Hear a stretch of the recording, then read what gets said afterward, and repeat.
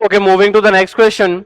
Statement 1 is equal volume of 0.002 molar solution of sodium iodate and cupric iodate are mixed, then cupric iodate will be precipitated. इसकी KSP value हमें दे रखी है और statement 2 कह रहा है precipitation will take place when the ionic product exceeds the solubility product. यानी कि ये क्वेश्चन जो है ये सॉल्युबिलिटी पे बेस्ड क्वेश्चन है.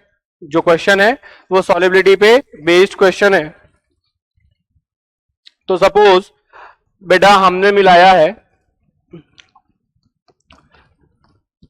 सोडियम आयोडेट को जिसकी मोलैरिटी दे रखी है 2 इंटू 10⁻⁻³ सपोज इसका वॉल्यूम था V. सिमिलरली हमने मिलाया है क्यूप्रिक आयोडेट को क्यूप्रिक क्लोरेट को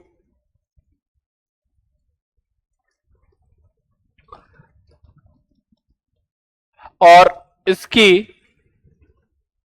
कंसंट्रेशन जो हमें दे रखी है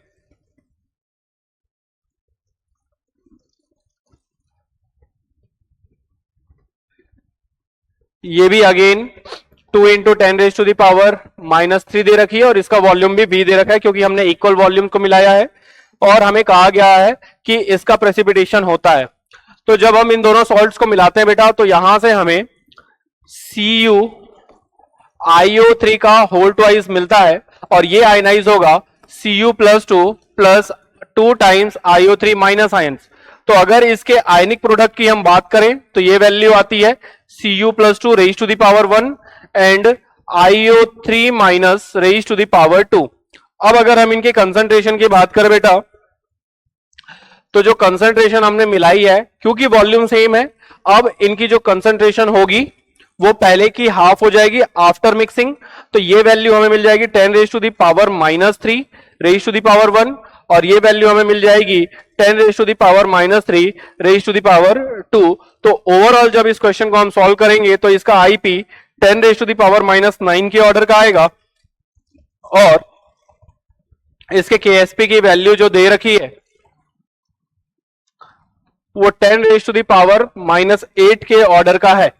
अगर इसका केएसपी 10⁻⁸ के ऑर्डर का है और इसके आईपी की वैल्यू जो है वो 10⁻⁹ की है यानी कि यहां पे ionic product is less than solubility product है और इस केस में जो सॉल्यूशन होगा वो अनसैचुरेटेड होगा और अनसैचुरेटेड सॉल्यूशन का प्रेसिपिटेशन नहीं होगा. That means statement 1 is incorrect. That means statement 1 is incorrect और जैसे स्टेटमेंट 1 इनकरेक्ट आया precipitation will take place when the ionic product exceeds the solubility product. तो स्टेटमेंट 2 जो है वो करेक्ट है बेटा और स्टेटमेंट 1 इनकरेक्ट है. तो correct option for this question will be option D.